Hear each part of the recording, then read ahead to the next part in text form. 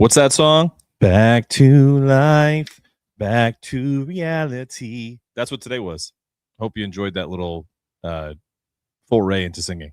We're on the Hoops Gap. Let's get it, let's get it, let's get it, let's get it, let's get it. Yeah. UConn, baby. Home of the champions. Let's go. Welcome to the Hoops Gap Pod, sponsored by Home Field Apparel. Guys, I don't know if you saw the new Hoops Collection Society on Home Field Apparel. Go check that out. I have no idea. They haven't told us yet if there's going to be some new UConn drops. But just bottom line is, like, if you have friends that have fans of other teams, and just Home Field's just dope, man. Like, they just do such a great job, and I love all the new gear that they put out. Go check them out, homefieldapparel.com. This UConn game was more of the reality than the norm, than what we got versus St. John's. That anomaly happened, and Alex Karaban. My only branded Karaban stuff is behind me because it was his jersey was on the wall today. We'll talk about that here in a minute. But yeah, I do think that there's not really a lot of takeaways in this game. Seton Hall is just a tough ass team to play. Really appreciate that, Mark. Thanks for that. But what I was going to say was it frustrates me when you watch a game where the team is not as talented as you, but it doesn't feel like you respect them the way that you respected the St. John's kids that came in and laid an egg. That Seton Hall team was desperate. They absolutely needed a win to keep their at-large hopes alive, and that loss likely takes them out of it. Now, if you look at the box score, last time we played Seton Hall, they hit 1-3, and we won by 2 points. This time, they hit 9 threes and shot 50% from three and almost 50% from the floor. Listen to these stats and tell me Seton Hall should have won this game just based off the box score. 47% from the floor, almost 50%. 50% from three, 9 of 18. 89% from the free throw line. They only missed one free throw, and that was Najee Hines, who had a great game. 11 points, 11 rebounds. For me, these games scare me because this is the type of game that if UConn gets the wrong draw in the NCAA tournament, we're going to see early. You're going to see it in the second round. You're not going to see it in the Sweet 16 because teams are good. They're going to try to especially that kind of not the actually, let me take that back. I think if you see this type of game, it'll be UConn in the second weekend type game. Or if they do get a 1 seed, it won't be the 16 seed. I would literally give the next person that comments $1,000 if UConn loses a 16 versus a 1 game. I don't think that's ever going to happen. But what I would tell you is it just feels like it takes them a while to get going. And there's a few factors in my opinion. One, listen, all love to Alex. He showed up today. I don't know why. Is the sound bad, guys? Ryan Harrison just said this. Everything looks okay to me on my end. If you guys can't hear me or it's choppy, let me know. I'm sorry. I don't have an audio engineer to help, even if it does, so I apologize. Seton Hall was 1,000% impressive, Ghost. I totally agree with that. But I also don't love – I have a theory about why this game was close. I don't love retiring the number today or putting it on the wall today. It has nothing to do with not feeling like he's worthy, because I think he is. I think some others that in the past are more worthy to go up there sooner. That's not my call. Don't care. That's not the point. We can argue that a different show, a different day. But Alex Karaban absolutely should be on the wall. I don't think you should do it on a senior night. I think it didn't affect him. I just think it affected everybody else. I think everyone was so like kind of, in awe of the ceremony. And, I know it wasn't just Alex. Sometimes you only have one senior because of today's world, but you had 5 guys, right? You had him. I know the guys that don't play like Alec and Dwayne, but you had Alex and you had Malachi and you had Terrace. And to everyone saying, like Jose just said, it was going up there anyways, Mark, it's true. Jose, of course it was, but that's not the point. Doing it today makes it about the ceremony, and it kind of they just came out flat. And Seton Hall took advantage, and eventually they kind of got their legs under them. But I just think like you can't. I just want there to be more.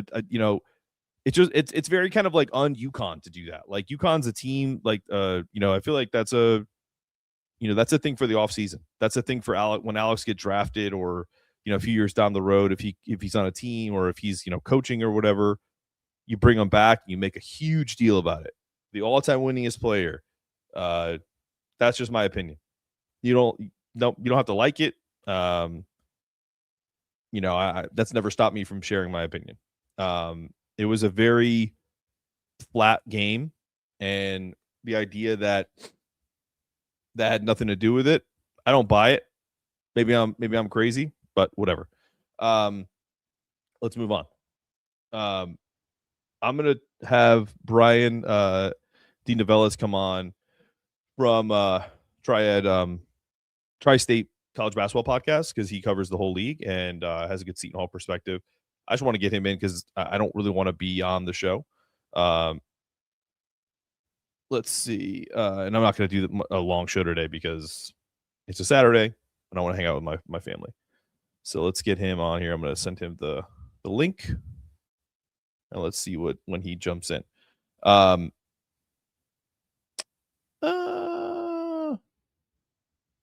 Let's see what Doug said. Honestly, Mark, not to make an excuse, but I could see our game energy was still on recharge from St. John's.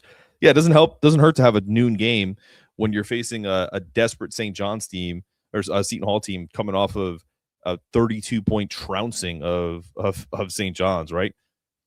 Doug says Seton Hall challenged us, which we needed as a reminder to lock in and execute. Yeah, man, like all of that stuff now is definitely the case. Like if you're Dan Hurley, if you're Kamani, if you're Luke, if you're all these guys, like that's part of the conversation right now. It's like, guys, I thought we were past this, but apparently not. Well, guess what? You need to start locking in because there's not many games left. Your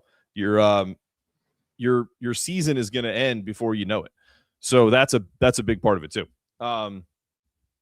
Terrace, God, I love Terrace, and I said this on Twitter because Little Red wanted to kind of do all these tributes, and I want to try to be more like Terrace. He's very he gives all the glory to God. He's very very humble, self-deprecating, but I don't understand his game sometimes. That's it. If you guys can answer any questions on that, I would love to turn it over to you. Like, tell me why one day Terrace looks like Shaquille O'Neal, LSU days, and then the next he looks like my dad's old favorite nemesis on UConn, and I hope he's alive and well. But God, my dad used to hate Dan Cerulic. He used to get so pissed off in the late 80s, early 90s, because it was I don't know if you got if an older group is in the chat, you'll know exactly what I'm talking about. Dan Cerulic was like 7 foot, slow as shit, had like a big shot over his head. God, used to frustrate my dad, and then Hilton Armstrong. Oh my God, those two. He used to call Hilton Armstrong a walking turnover. Anyway, an enigma. That's a great way to put it, my guy. Yeah, I mean, like, I don't get it. I think what Alex proved today is that even though I don't think you can win with him being the focal point on offense, when he's shooting like that, you absolutely can. He can actually absolutely will them to a victory. In particular against a team that didn't really provide too many answers for him. Let's get Brian in here. There we go. What's up, my friend? What's up, Mark? How you doing, brother? And these games are they're exhausting to watch. Even if you just forget about the UConn fanship, like just both of these teams. If you watch Seton Hall games all the time, they'll give you like cardiac, what's that, myopathy or something. Just like it's just like how do you get through it? Like I don't get it. I've coined this. Maybe you've seen it. There's an easy way, there's a hard way, and there's the Seton Hall way. All right, this team just doesn't know any different. Look, they had a week off, and this game to me, I was telling anyone I could say that this game is going to be close. The bet of the day was Seton Hall getting 13.5 points. It just felt like you have my number. I didn't get a text. What the hell was that? I usually bet against UConn because these spreads are stupid if you watch their games. Like the St. John's game is an anomaly. But if you watch all these Big East games, they're like 12-point favorite, 14-point favorite. I'm like, what are we doing?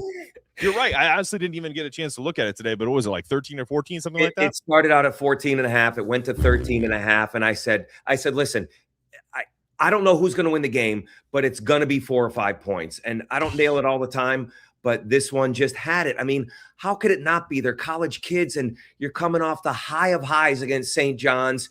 Then it's senior night. Mark, we're old, man, older. There's a million senior nights, and they're always so emotional, but you don't always win on senior night. But Alex Karaban won this game for UConn. Let's face it, he played one of his best games all season. And when everyone else played like shit, except solo ball over the last like 4 minutes, the entire team was awful. Terrace Reed had some moments, right? Braylon Mullins had a couple of shots, but really it was the captain. And man, this guy, he's an all-time great. We've talked about him. He's a compiler, but he's an all-time great. Let me ask you. I want to ask you 2 questions because you obviously went to Seton Hall. You've interviewed Dan Hurley before. But the first question I want to ask you is about the ceremony. So we talked about this. It's an emotional thing. I don't know if you heard me before you jumped on. I attribute some of these slow starts, and then on top of it to, like you just said, Seton Hall had a week off. They're like they needed this win to have a chance at an at-large bid. So you add those factors, and then you add another factor in where it felt like a lot of pomp and circumstance. And Alex deserves this. Don't get me wrong. That's not what I'm saying. Yeah. But I said it last year with Paige Beckers, the #1 pick in the draft, like the best player to ever play at UConn from like a talent perspective. I just find it weird to put someone's number on the wall while they're still playing. Wait till the offseason. I know I'm going to sound like an old fuddy-duddy when I say that, like just because that brings everybody back. Like it's like you end up when you do something like that, it's almost like it's human nature turns your brain into mush. Like I know so many people that were like, I was broken by the video that they played. It's like, cool. They still have a fucking game to play. I'm sorry to be the heartless asshole, but like it felt like it didn't bother Alex. It took him a little while to get started, but he played great. But the rest of the team felt like they were still watching the video board for half the game. I don't know. That's my opinion. What are your thoughts on that? Listen, I'm anxious to see Hurley's comments. Obviously, he and Shaheen are close, and he's going to compliment. Sure. He's going to compliment the Pirates a lot. Yep. But I read the tea leaves ahead of time, Mark. Hurley was on with Scott Van Pelt. Mm-hmm. And he's like, man, the tears are going to be flowing. I'm going to cry like a baby. And listen, listen, I try to be, biased or unbiased with these things. And I root for all my tri-state teams, but I'm like, Seton Hall's got a chance. They got a chance. And the only way UConn won this game was the sheer will of those two guys, really Ball and really Karaban, and Ball second. Yep. So you agree with that a little bit then, like that emotional aspect is kind of what. Yeah, I mean, it had to, right? I think I've heard coaches talk about this stuff over the years, man. That they'd rather do without senior nights because then you got to go out and play a game. It's almost like you want to do it at you almost want to do it at a pep rally at your high school, right? Just get out of the 6th period, 7th period, and go have a pep rally. It's so true. It's so true. What about the numbers? I said before you jumped on, I said, if you look at just the numbers, if someone took away the scores, and you said, okay, Seton Hall was 9 of 18 from 3, 50%. They missed only one free throw, 8 of 9, and they were just under 50% from the floor. So 50, 50, 90, and they lost. So coaching buddy of mine, Greg Horrenda, great Jersey guy, coached at FDU, took him to 2 NCAA tournaments. He's a broadcaster. We were texting during the week, and Mark, I got to get you on my text chain more. Sorry. But we were texting during the week, and I said, the magic numbers for Seton Hall: shoot 50%, hit your free throws. I said, hit 6 threes. I mean, you told me those numbers, I would have said Seton Hall pulled off the upset and won by 5 or 6. Sure. But listen, before you let me go, or before we end up talking here, Mark, I want to hear your thoughts about the fouls and the discrepancy. 14-4 in the second half. What was it? 22-10 for the game. Yeah. No, I mean, you know what I'm going to say? You're not going to like it. I'm going to say finally. Finally. Finally. UConn finally gets a home whistle, and they didn't even use it. That's the thing that pisses me off the most, Brian. They get the worst home whistle of any top-ranked team, like a blue blood. If you walk into Fog Allen, they blow the whistle. If you breathe on someone at Duke, they blow the whistle, and then they don't give you shit on the other side. So finally, you look at it, and it's a huge discrepancy. And then what do? They don't even get to the line that much. Like they didn't utilize it. They didn't pound the ball to Terrace. They didn't drive the whole. Terrace didn't do a great enough job of getting to the free throw line and creating contact. He was looking for fouls, and they probably could have called 20 more fouls if we're being honest. Yeah, that's my take. Okay, listen, and now I'm going to give you the Seton Hall take and partial UConn take. You're right. They clutch and grab a lot, but UConn is as physical as Seton Hall. And Bud Clark played an awful second half, 0 points, 5 turnovers, I believe it was 4 or 5 turnovers from your point guard. He got clocked in the head by Demery, no call. Mm-hmm. Late in the game, Demery, it's clear they know they have 2 fouls in hand. Demery did push him, and then Clark tried to get the 3, but the ref wasn't buying it. Okay, but there were times in the game that you can't tell me that UConn only fouled 4 times in the second half. They're as physical as Seton Hall, and I'm not saying Seton Hall doesn't foul, but to have 4 fouls, they're not Creighton. They're not Doug McDermott's team that leads the team in the nation in fewest fouls. So that helped. That you cannot tell the story of this game without telling the foul discrepancy. Yeah, they let them brawl for the most part, but the sway of it went towards Seton Hall in the calls, meaning the amount of fouls. I'm shocked because it usually happens this way. You've watched enough basketball in your life to know that when a team, like I looked at I have a little TV down here, and so I'm watching this game in my office, and I looked down and I went 7 fouls to 1 in the second half, and there was 15 minutes to go in the game, and then I was like, by the end of the game, it's going to be they'll even out. You'll get a flurry of fouls. It's almost they do that all the time. Yeah. It happens all the time. So then at the end of the game, you can't go, well, did you see that huge discrepancy of fouls? It's it was even. Well, not every foul that's called is done it's not an even. You know what I mean? Not every foul has the same meaning, right? So I just think Big East officiating is so poor. It just is. I know that I watch everything. My wife probably thinks I should get paid more because I watch more college basketball than probably anybody in the country. But at the same time, Big East is they just let them fight, and it does them a service come tournament time, but it also kind of gives them a little bit of I don't want to say a chip, but I hear this all the time, and I want to get your thoughts that UConn is going to be well served in the tournament because they'll call all that grabbing and stuff. I don't know if that's true yet. I think it happens, but I don't know if Seton Hall is playing UConn in the NCAA tournament. It's probably called the same. In my opinion, I think that's made a little too much of that. UConn's going to get a better whistle in the tournament, maybe. I'm going to go back to what you said before because I forgot to make this point. I'm with you. I've tweeted it. I've said it. UConn gets the worst You know, they always get jobbed on the calls. For a blue blood, they get the least amount of calls than any blue blood on the planet, and no one can debate me on that. So we are lockstep in that. I went down to Virginia, road trip last week, Saturday. Virginia and Miami. And here's my point. What a great environment to watch a basketball game. 14,000. You know, the fans are obviously knowledgeable. The place was jumping. The band was going. Student section, great. Man, Mark, watch Miami play.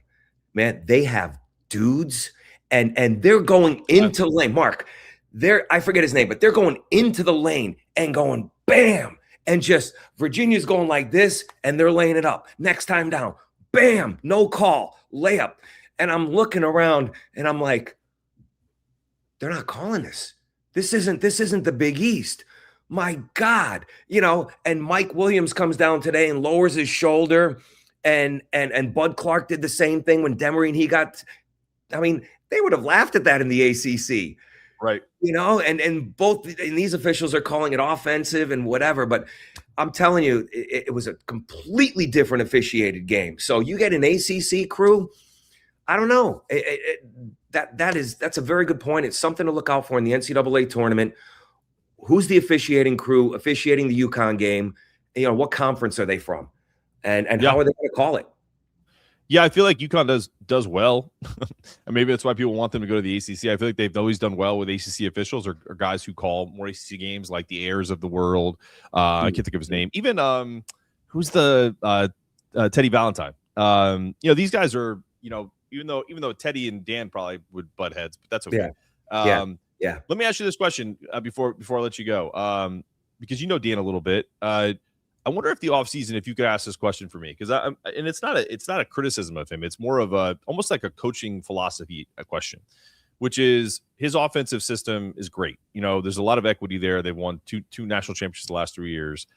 But when you see a game like tonight, forget about Solo and his resurgence, but the guard play itself, when it's stagnant, is that more the shackles of the system or is it more on the player? Because to me, like, I'm not comparing anybody, but when you go back to like someone like Tristan or Cam or even Steph Castle, when it was go time, they just did it. Like it didn't need to feel like they had to run offense for them. They just got their stuff. And Tristan was more a little freelance.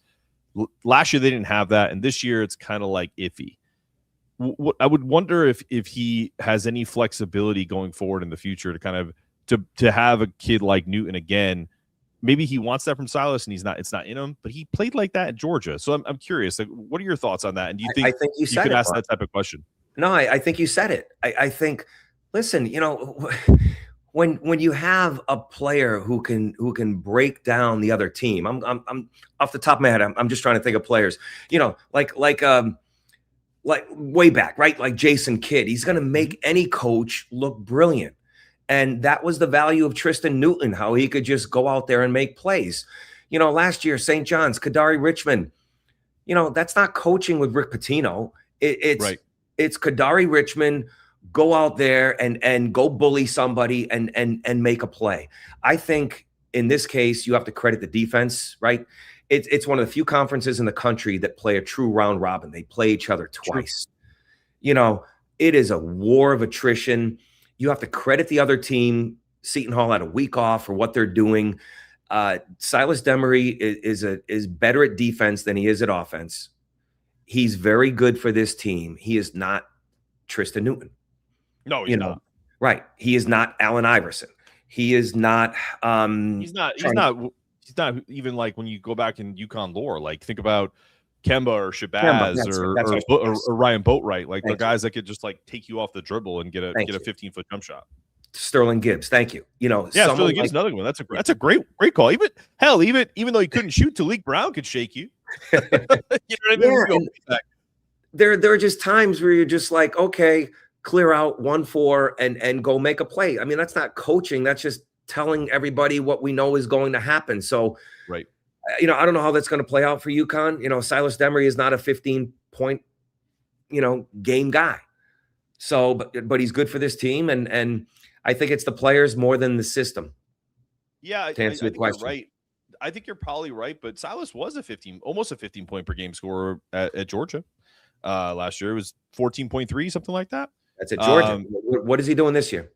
I'm guessing 11 I think or he's 12. like 10 or 11, something like that. I'm I just mean, saying, like and there are if you go back and look at the film for that from that season, and I'm not comparing Georgia to UConn. Trust me. Right. It'd be like the opposite if you're comparing UConn football to Georgia football. You know what I'm saying? Like, I get Right. that, but at the same time, you know, I think sometimes when it's heavily system versus freelance, I think sometimes you want that player to be like, hey man, I'm the guy. And Silas has it in him. He just isn't. I just don't know if it's like it's that innate ability, the way we talked about, like with Tristan or some of the other guys. Well, I'm looking at the stats right now. So he's averaging 6.5 assists a game, right? Oh, and he's phenomenal. That's what Dan wants him to do. He's leading the Big East in that category. He averaged no more than 3.9 at Georgia when he averaged 13.5 points. So really his scoring is only down 2 points, Mark. But again, he wasn't an 18-point a game scorer at Georgia, 15 even. So that's not his game. Can he score? Yes. But I'm telling you, like he went in there today and nothing was coming easy inside for either team. No. Let's face it. I mean, even Solo, when he was going in there, you know, Terrace Reed might not get enough credit in this game for what he did for, you know, following up misses. I'd love to know how many of Terrace Reed's points today were on follow-ups, because a lot of them I would were say over 50%.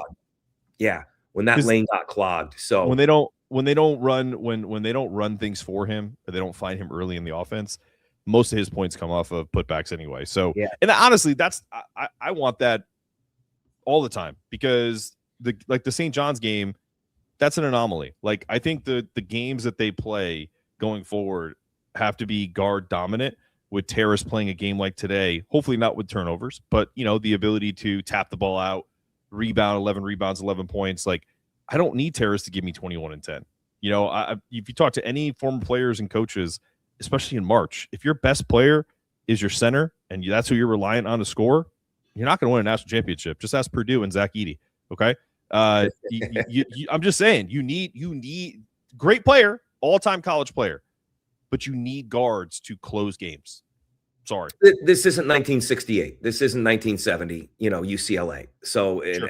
and we get that, or 1984 Georgetown, right? So we get that.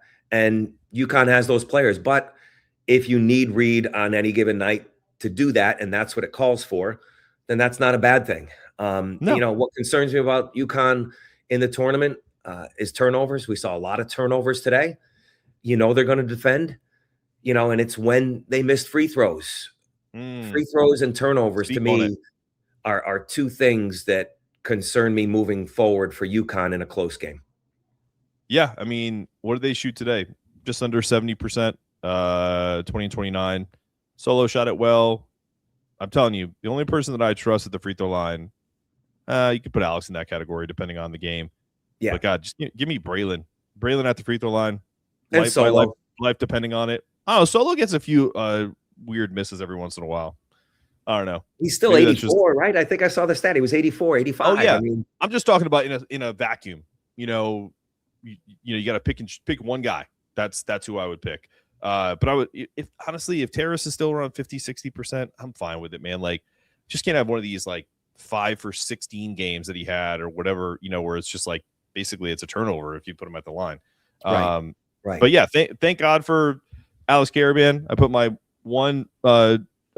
number 11 up on behind me so people can appreciate the just how good he was today and how good he's been at UConn. And honestly, I really don't want it to take away from him being walled today, but I do think that part of the reason why he was is because it's just so rare to see a player like him now. You know, like, you know, guys don't stay for 4 years. They just don't. Like, it's and if they do, it's typically at lower level programs, and you just don't see it at high level anymore. So I think that's a big part of why they did what they did. I still would like to see it in the offseason. Certainly not your stars. Your stars don't stay for 4 years. It's going to be a long time before we see someone like that. For sure. Do the things that all right, brother. I'm gonna honestly, I appreciate you coming on, because sometimes the live shows can be not a drag, but like, you know, it can be, some guys come on and they talk about stuff, but I appreciate the Seton Hall perspective, and we've had you on before, and you're always a great hang. So what else you got going on this weekend? Oh, always good talking to you, Mark. I'm at my mom's house in Connecticut. I'm in Rocky Hill, your old neck of the woods. Ooh, Rocky Hill. Yeah. Getting together with the cousins tonight, and celebrating some family. So I love it, man. Well, enjoy your time. Enjoy your time in Connecticut. I certainly miss it at times. It's a little warmer today, right? It's not like 20 degrees or anything, is it? Oh, it's like 55, 52. A balmy 55. Yeah. It's a good day in Connecticut. And I love it. By the way, I'll have my eye on that St. John's Villanova game tonight, because St. John's being at home has an edge, and I'm sure coming off that loss to UConn. But we'll see. Listen, you gave us you read the tea leaves, even though I'm not on your text chain or anything during the week. I don't get the tips. What's your prediction for that game before we let you go? How do you not like, St. John's to come back and win that game after what they just did, laying an egg? I can't see them losing 2 games in a row. I didn't see the spread on this one. Maybe you're better than me. I think it's 6.5. Okay. I could see Villanova keeping it close with some shooting. I could see them keeping it close with some shooting, but I think St. John's wins that game. Yeah, I think so too. But I do think that if Villanova can kind of just stay within striking distance, if there's like a window where some of that doubt creeps back in from the UConn game, because that's all that it felt like to me watching that game. It from an objective perspective, it just looked like they were doubting their ability, and because everyone kept jacking up shots, it's not like they were holding the ball. Yeah. They just couldn't. I mean, the term they couldn't hit the ocean if they fell out of a boat came to mind during that game. But yeah, I don't think, obviously you don't expect that to be the norm here, but I could see them having like a stretch where that creeps back in, and then Rick has to remind them, hey, like, guys, we're actually a pretty freaking good team. You might want to step your game up. It was the perfect game. And if I'm reading the tea leaves, Mark, and I'm seeing them now, I think the interior, I think Zuby is going to have a big game. I think he is going to be like Karaban. No way we're losing this game. And Bryce Hopkins has really been one of their MVPs over the last 2 months. So I expect both of those guys to bounce back and have big games. I do. See that on the screen there? My favorite, yes. I went to school with David. So David is my cousin's son. Great guy. DeNovellis Family Restaurant. Every time I come to Connecticut, I go there. So that's cool. That's cool. Wait, so there's an Italian restaurant in Connecticut that your family runs? Wait, or that too. No, we never talked about this. Let's go way back. So growing up in the 60s and in the 70s, they had one of the best grinder shops in Hartford County. Right, called Franklin Giant Grinder Shop, owned by 4 brothers, owned by the father, and then handed down throughout the brothers throughout the years. And people will come from all over, grinders flying across the country. All right. So that's in the south end of Italy, of Hartford. Sorry, south end of Hartford. Now, one of the cousins, Enzo DeNovellis, started his own restaurant, and DeNovellis Family Restaurant, Rocky Hill, exit 23 off of 91, right off the highway. Google it. It's got like 4.7, 4.8 stars, something like that. Family style. I love it. But you got this guy Mark is from Connecticut in the chat. I got to put his quote up because that's why I chuckled. I wasn't laughing at what you said. That's funny. Might need to explain grinder. Nice. I love this guy. Mark. It's a hoagie. It's a hoagie. It's sandwich, a sub. grinder. Yeah, Subway sandwich. But in Connecticut, you can call it grinders. Meatball grinder. Chicken parm grinder. That I grew up on that. But yeah, no, that cracked me up. That's why we're in Connecticut, Mark. Right? Whenever you go home, we order grinders. Yeah. My dad says, to this day, even though they live in New York now, he'll say, "Oh, what are you getting for dinner tonight? We're gonna get a couple grinders." Like that's just the vernacular. It's the truth. So, love it. Love it. So yeah, so I'm telling you, DeNovellis Family Restaurant. If you're ever in, take the family. Throw my name out there. You will not be disappointed. All right. I will. Look at this. Hey, man. I don't lie.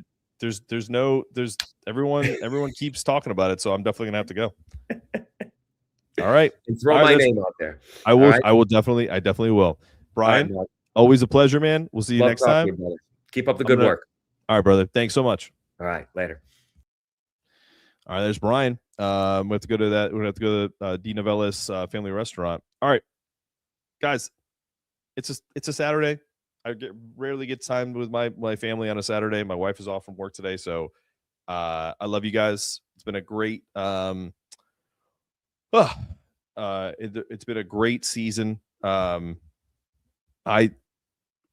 don't have any like parting words of wisdom. I just think this team has all of the fixings, right? If we're gonna use a grinder analogy in a sandwich sense, they have all of the condiments. You know, you have your I'm like a chicken parm meatball grinder. You know, they have the protein, they have the meat, they have the cheese, they have the beautiful bread, and you toast it, and it can all come together.